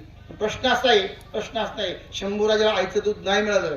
तत्कालीन काळामध्ये राष्ट्रमाता जिजाऊ मासाहेबांनी कापूरवरची धाराऊ गाडे पाटलांची असणारी सून तत्कालीन सईबाई आणि धाराऊ समान काळामध्ये प्रस्तुत झाल्या होत्या, म्हणून त्या सईबाईला विनंती केली, काय होण रक्कम दिली आणि माझ्या शंभूला पाजायला सांगितलं. धाराऊच्या दुधावरती शंभूराजे मोठे झाले. नियती काय असते पहा, नियती काय असते तर नियतीने शंभूराजांना कमीत कमी मृत्यूला सामोरं जाताना या संपूर्ण आयुष्यामध्ये 32 वर्षाच्या आयुष्यामध्ये 3 वेळेला मृत्यू आला संभाजी महाराजांना. 3 वेळेला शत्रूच्या ताब्यात 3 वेळेला मृत्यू आलेला आहे. पण नियतीने खरी कृपा जर कोणावर केली असेल ना तर छत्रपती शिवाजी महाराजांच्यावरती केलेली. आग्र्याच्या दरबारात शत्रूच्या ताब्यात असताना देखील शत्रूला मारता नाही आलं, छत्रपतींना नाही मारता आलं. अनेक प्रसंग आले छत्रपतीच्या बाबतीमध्ये, पण छत्रपतीची कृपा होती तेवढी. प्रसंग अनेक आले, छत्रपती सहजी सलामत सुटले, परंतु छत्रपतीचा अंत झाला 3 एप्रिल 1680 ला. आणि त्यानंतर शंभूराजांच्या जबाबदारी पडली, स्वराज्याचा युवराज झाला. आणि त्या युवराजाने गादीवर बसल्यानंतर 9 वर्षाचा संग्राम केला. 9 वर्षाचा संग्राम केला. आणि त्या 9 वर्षाच्या संग्रामामध्ये एक अलौकिक एक लक्षात घ्या सर, मी थोडं क्रांतिकारक बोलतो की यदा कदाचित शंभूराजांची हत्या तत्कालीन कालामध्ये झाली नसती ना, ती या देशावरती पेशवाई नसती आली. या देशावरती पेशवाई नसती आली तर या देशावरती इंग्रजांची राजसत्ता नसती आली. आणि इंग्रजांची राजसत्ता जर या देशावर नसती आली तर या देशामध्ये आज चाललेलं जे अराजक आहे ना ते तुम्हाला पाहायला नसते मिळालं. हे फार तत्वज्ञानी विषय, आता ते लक्षात घेतला पाहिजे आपण. नाही असं नाही, ते पेशवाईला वाईट नाही म्हणत, पेशवाई शूरच होती. आटकेबार हल्ला केला, पेशवाई शूरच होती. अहिल्याबाईने त्यांच्याच काळात कार्य केलंय ना. अहिल्याबाईचं कार्य कोणते, त्याच काळातलं कार्य आहे ना. शिंदे घरातली एक कन्या ज्यावेळेस होळकरांची सून होते आणि संपूर्ण होळकर घराण्याचं सर्वस्व हातामध्ये घेते, कशाचं प्रतीक आहे, एक स्त्री आहे. अहो तुम्हाला त्याच्या पुढे जाऊन सांगू का, हिंदुस्थानातल्या सगळ्या देवतांचा जीर्णोद्धार कुणी केला असेल, हिंदुस्थानातल्या सगळ्या देवतांचा देवांचा जीर्णोद्धार कुणी केला असेल त्याला एकच स्त्री कारणीभूत आहे, त्या स्त्रीचं नाव आहे अहिल्याबाई होळकर. तिच्याशिवाय तुम्हाला तुमचे दिवस पाहायला नसते मिळाले. एवढे निष्ठावून झाले. एक लक्षात घ्या, हातामध्ये पिंड म्हणजे लिंग घेऊनच ती सतत जीवन जगत होती. हातातली पिंड फिरताना देखील बाहेर काढली नाही, युद्ध करतानाही हातातून सोडून दिली नाही. पिंड काय हातामध्ये होती. आपण काय हातात ठेवतोय, काहीच हातात ठेवत नाही. आपल्या हातात नाळही नाही, अहो भाकरी देखील आपल्या हातात राहत नाही. आदर्श हे का सांगायचे, आपण सगळेजण आहोत ना कारणीभूत या आहे, पण यांची जाणीव झाली पाहिजे म्हणून बोलायची. यांना देखील यांची जाणीव झाली पाहिजे आपण कोण आहोत. तिच्या हाती पाळण्याची दोरी ती राष्ट्राला उद्धरी, तिच्या हातात पाळण्याची दोरी ती राष्ट्राला उद्धरते. पण राष्ट्राला उद्धारण्याची ताकद पण तिने समजून घेतलं पाहिजे. कमीत कमी आपली कन्या, आपली सून, आपली मुलगी गरोदर असताना तिला कमीत कमी रामायण महाभारत जर ऐकवलं ना तर शूर मुलगाला जन्माला आल्याशिवाय राहणार नाही. आपली घटना वेगळी आहे. बॅलन्स आपल्या लवकर बॅलन्स टाका म्हणतो आपण, काय म्हणतो आपण, बॅलन्स संपला टीव्हीचा. आता ती चॅनल आले तसे ना, संपल्यानंतर आपण काय म्हणतो, करून म्हणतो तेवढा बॅलन्स टाकावं, संपलाय बॅलन्स. हे दुर्दैवी घटना आहे, समजून घ्यायचे. एका आपण भगिनीला श्रद्धांजली वाहतोय, श्रद्धांजली होतोय. घटना प्रत्येकाच्या वेगवेगळे घडतात, जीवन प्रत्येकाच्या वेगवेगळे, काळाच्या ओघामध्ये प्रत्येकाला जायचे. हे दुर्दैवी घटना घडू नये असं आपल्या सगळ्यांचं मत होतं. पण काळ निष्ठुर आहे, काळ निष्ठुर आहे. काळ कोणाला कधी घेऊन जाणं सांगत आहे. ज्यांचं 750 वर्ष झाले, ज्यांचं नाव आपण घेतोय आजही, 750 वर्ष होऊन गेले ज्यांचं नाव आपण अजून घेतोय, ज्ञानेश्वर महाराज की जय म्हणतोय. त्या ज्ञानेश्वर महाराजांना ज्ञानेश्वर होण्यासाठी अगोदर आई वडिलांना देहाचा त्याग करावा लागलाय. एक लक्षपूर्वक आहे का, देहाचा त्याग करावा लागलाय. कारण त्यांचं असं म्हणतात, एखादी इमारत उभारत असताना किंवा एखाद्या पुलाचं बांधकाम होत असताना असं पूर्वी ऐकलेले की त्याला काहीतरी आहुती द्यावी लागते. त्या पुलाच्या बांधकामाला काहीतरी आहुती द्यावी लागते, किंवा एखादा पाया खातून त्या पाया पूर्ण भरताना काहीतरी आहुती द्यावी लागते. आता आपण काय टाकीत नाही तो सोडून द्या, पण पूर्वीचा काळ तसा होता. मला वाटतं या वारकरी संप्रदायाचा, या पंथाचा, या असणाऱ्या भागवत धर्माचा पाया किंवा वारकरी संप्रदायाचा पाया उभा राहत असताना त्या पायामध्ये 2 जीवाला अगोदर गाडून घ्यावा लागलेले, 2 जीवाला अगोदर गाडून घ्यावा लागलेले. हिंदवी स्वराज्य निर्माण झालं ते राखण्यासाठी या ठिकाणी सईबाईला कैदेत जावं लागलं 29 वर्ष. आणि या हिंदवी स्वराज्याला जीवन ठेवण्यासाठी आपल्या दिराला गादीवर बसवावं लागलं, त्याला जिंजीला पाठवावं लागलं. आणि जिंजीतून कारभार सुरू झाला. 27 वर्ष, नीट ऐका, 27 वर्ष या राष्ट्रामध्ये आलेला औरंगजेब उघड्या डोक्याने फिरत होतो, उघड्या डोक्याने. कारण काय, फक्त संभाजी महाराज उघड्या डोक्याने भरत होते. त्याला कारण एकच आहे की सईबाईच्या पोटी जन्माला आला. राष्ट्रमाता जिजाऊ साहेबांनी त्याच्या आजीच्या मायेची पाकड टाकली आणि एवढा घडवला शत्रू पुढे मान नाही झुकवली. 9 वर्षाच्या कालावधीमध्ये एवढा संघर्ष केला. पुढचे काही वर्ष 27 वर्ष औरंगजेब महाराष्ट्रात राहिला, परंतु उघड्या डोक्याने राहावं लागलं. कारण का जोपर्यंत शंभूला पकडीत नाही ना तोपर्यंत मी माझ्या डोक्यावरती किमांश घालणार नाही. त्यावेळेस त्याला किमांश म्हणणं जायचं. तो किमांश घालणार नाही. सर अशी एक घटना इतिहासात नोंद करून ठेवलेली आहे की किमांश म्हणजे ते असणारा मुकुट. तो मुकुट त्या काळामध्ये औरंगजेबाचा मुकुटाची किंमत होती 1.25 कोटी रुपये. एका मुकुटाची किंमत होती 1.25 कोटी रुपये. आणि औरंगजेब दररोज एक मुकुट घालायचा आणि कालचा मुकुट फेकून द्यायचा म्हणजे दान करून टाकायचं. किती श्रीमंत असेल औरंगजेब. औरंगजेबाने कमवलेली श्रीमंती कुठली? आता मुद्दा वाचला घ्या.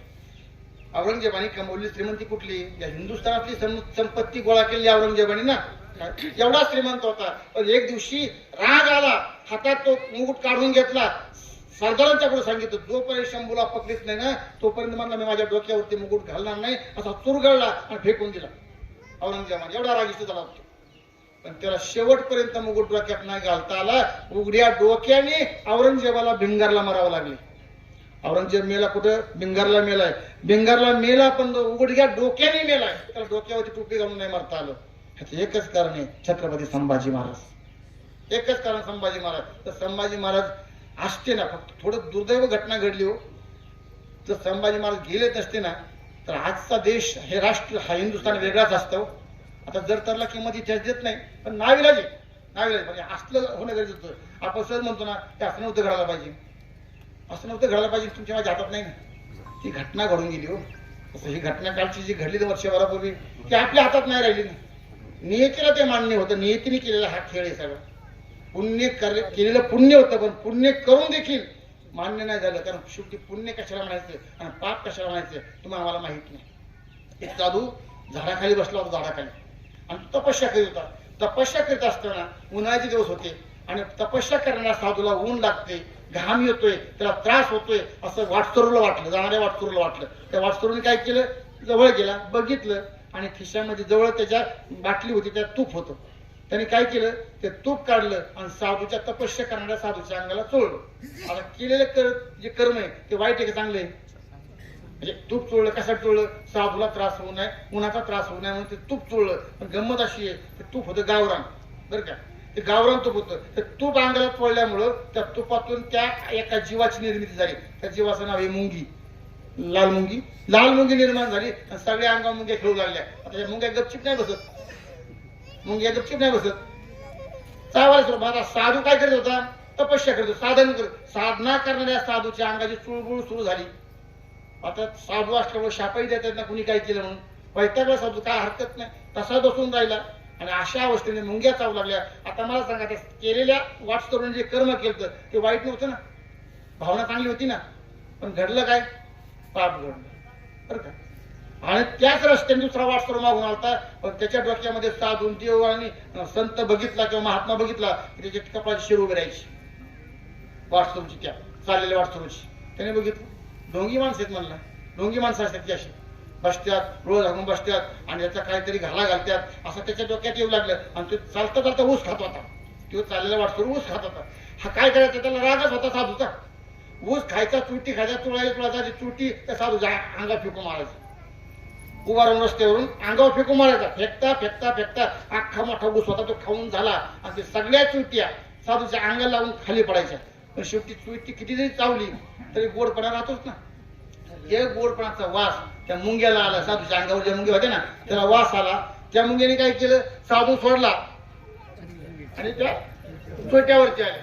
आता मला प्रश्न पडलाय, साधूच्या अंगावरच्या मुंग्या खाली आल्यानंतर साधूला काय वाटलं? बरं वाटलं ना. साधूला बरं वाटलं. म्हणजे या असणाऱ्या माणसाने जे चुट्या खाऊन टाकल्यात ना त्या माणसाने पुण्य केलं का पाप केलं? नीट लक्ष बरोबर ऐकतात तुम्ही काय बोललो? जे साधूच्या अंगावर चुट्या टाकत होता ना त्याने पाप केलं का पुण्य केलं? त्याचं मत काय होतं? साधू वाईट, हे ढोंगी माणसं असतात आणि रागाच्या भरात चुट्या फेकून मारायचं. ऊस खाऊन चुट्या फेकून मारायचं, बरोबर आहे ना? मारलेल्या चुट्या फेकून ज्या मारल्यात ना त्याला गुढी होती, आणि त्या गुढीमुळे मुंग्या कुठं आल्या? चुट्यावाल्या. साधूच्या अंगावरच्या मुंग्या सगळ्या खाली आल्या. साधूला शांतता वाटली. साधूने डोळे नाही उघडले, तपस्या चालू ठेवली, चिंतन चालू ठेवलं. आता प्रश्न लक्षात घ्या, पहिल्याने काय केलं तर कर्मच केलं, दुसऱ्याने काय केलं? कर्मच केले. पण कर्म करताना उद्देश याचा वेगळा होता आणि कर्म करताना उद्देश त्याचा वेगळा होता. पण प्रश्न असा आहे, तो पुण्य कशातून झालं आणि पाप कशातून झालं? हे दोन्ही बी आपल्याला कळत नाही. हे दोन्ही बी आपल्याला कळत नाही. म्हणून महाराजांना म्हणावं लागलं, त्यांनी प्रमाण दिले, पाप धर्माची तो मूर्ती, पाप पुण्य तुझे हाती, पाप करता पुण्य घडे, पुण्य करता पाप घडे. याची जाणीव तुला असली पाहिजे. तू तुझं तू बघून घे, पाप का पुण्य मला माहित नाही, कर्म चांगलं करावं, एवढंच माझं काम, एवढंच माझं काम. म्हणून जीवनामध्ये काय होते माहित नाही, चांगलं करण्याचा प्रयत्न केला. परिणाम माहित नाही आपल्याला, काय परिणाम तर वेगळाच असतो. परिणाम माहित नाही आपल्याला, परिणाम जो व्हायचा तो होणारच. शेवटी पेरलेलं उगवते, पण उगवलेलं घरात येईल याची गॅरंटी नाही ना. परिणाम माहित नाही आपल्याला, उगवलेलं घरात जाईल का नाही गॅरंटी नाही. कारण शेवटी पेरणं आपल्या हातात आहे, कर्म करणं आपल्या हातात आहे, कर्म करणं आपल्या हातात आहे. परंतु कर्म केल्यानंतर त्याचं फळ मिळेल का नाही याची गॅरंटी नाही. म्हणून जीवन जगत असताना असं जगा, सुंदर जीवन जगण्याचा प्रयत्न करा. फक्त त्याचं फळ मिळवायचं असेल तर एकच काम करा, अंतःकरणामध्ये दुसऱ्याबद्दल कुठल्याही प्रकारचा द्वेषभाव ठेवू नका. आपला परमार्थ झाल्याशिवाय राहणार. परमार्थ म्हणजे काय? दुसऱ्याबद्दल द्वेष न करणं, त्याचं नाव परमार्थ आहे. निवळ पोथी वाचत बसू नका, निवळ पंढरपूरला जाऊ नका, निवळ देवळात जाऊ नका. देवळात जाऊन बी बाण करणारी आहेत, हे बी लक्षात घ्या. त्याच्यामुळे निवळ देवळात जाऊन बसून नाही, आचरण घडलं पाहिजे. आचरण घडलं, कारण आचरणावरती माणसाचं जीवन अवलंबून असतं. दुसऱ्यावरती परिणाम आपल्या सांगण्याचा कधी होतो? तुमचं आचरण असेल तर परिणाम होतो. एकच शेवटची घटना सांगतो, मी थांबतो, ऐका. शेवटची घटना सांगतो, कारण आचरणावरती गोष्ट अवलंबून आहे ना. आचरणावरती गोष्ट अवलंबून आहे. लक्षात घ्या, रामाने रावणाला मारलं. रामाने रावणाला मारलं. काय मी रामाने सांगितलं नाही, पण रामाने रावणाला मारलं. आता रामाने रावणाला मारल्यानंतर त्याची पत्नी म्हणजे मंदोदरी, कोण राम हे पाहायला कुठं आली? युद्धभूमीवर आली. युद्धभूमी आल्यानंतर प्रभू रामचंद्र दगडावर बसले होते आणि पाठमध्ये होते. जी मंदोदरी आली ती पाठीमागून आली, आणि पाठीमागून आल्यानंतर लक्षपूर्वक ऐका, रामाने रावणाला मारलं, पण आपल्या पतीला मारणारा राम कसा आहे पाहण्यासाठी ही पत्नी अर्थात मंदोदरी त्या ठिकाणी आली. आणि आल्यानंतर ऐका पुढं, आल्यानंतर मंदोदरी पाठीमागून आली, पण मंदोदरीची सावली रामाच्या अंगावरती पडली. ऐकताय ना? मंदोदरीची सावली रामाच्या अंगावरती पडली, आणि ती सावली पाहिल्याबरोबर प्रभू रामचंद्र उभे राहिले, वळले, तिच्याकडे बघितलं, हात जोडली. आपण कोण? हात जोडून काय विचारलं? आपण कोण? एवढं म्हटल्याबरोबर त्या असणाऱ्या मंदोदरीने सांगितलं, मी रावणाची पत्नी मंदोदरी. कशासाठी आला? म्हणजे कशासाठी आलो याच्यापेक्षा महत्वाची गोष्ट मला आज समजली.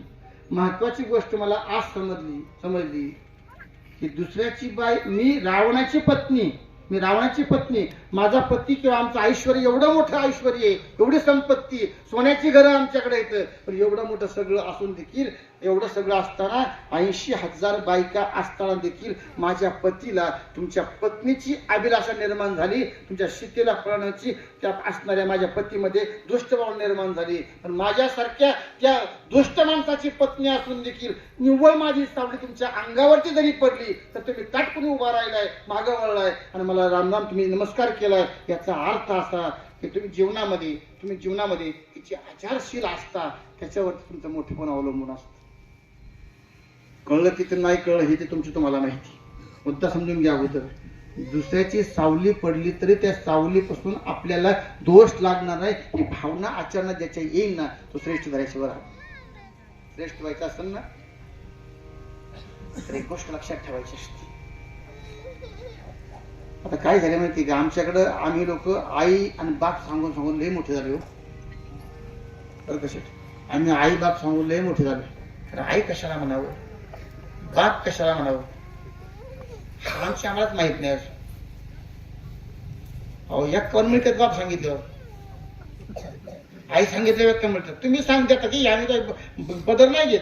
तुम्ही देता आणून 51 आणि 51 घे पण बाप सांगण्यात आई सांग. ही दुर्दैवी घटना आहे आपली. ही दुर्दैवी जोपर्यंत संपत नाही ना तोपर्यंत संप्रदायाला मोठेपण येणार नाही. संप्रदायाची अवहेलना होऊ लागलेली, अवहेलना होती. वाङ्मयाच्या अनुषंगाने बाप सांगता आला पाहिजे. शेवटी प्रत्येकाला कर्म आहे, बापालाही कर्म आहे, आईलाही कर्म आहे, त्यांनाही प्रारब्ध आहे, त्यांच्याही प्रारब्धात काय दोष असणार आहे. तर तसं नसतं. तिच्या पोटी कृष्ण जन्माला आलाय, तिला तुरुंगात राहावं लागलं असतं का? जिच्या पोटी राम जन्माला आलाय तिला वनवास भोगावं लागला असता का? हा विचार जर तुमच्या माझ्या मनात येत नसेल ना, आई कळणार नाही, बाप कळणार नाही.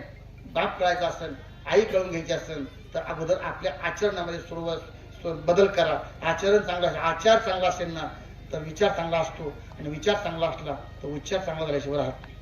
उच्चार चांगला व्हावा असं वाटतंय ना तर विचार चांगले ठेवा, आणि विचार चांगले व्हायचे असतील ना तर आचरण चांगलं ठेवा. आचरणाशिवाय विचार नाही आणि विचाराशिवाय उच्चार नाही. या 3 गोष्टी ज्याच्या जीवनामध्ये असतील ना त्याचं जीवन सुंदर झाल्याशिवाय राहणार नाही. या असणाऱ्या ताईला आपल्या सर्वांच्या वतीने आदरांजली समर्पित करायची आहे. आपण सर्वजण आदरांजली समर्पित करण्यासाठी या ठिकाणी आलात. शेवटी वेळ तर फार झालेली आहे, त्याच्यामुळे मला थांबणं गरजेचं पडणार आहे. 11 वाजून 53 मिनिटं झालेली आहेत. मी 10:15 सुरुवात 10:30 सुरुवात केली होती.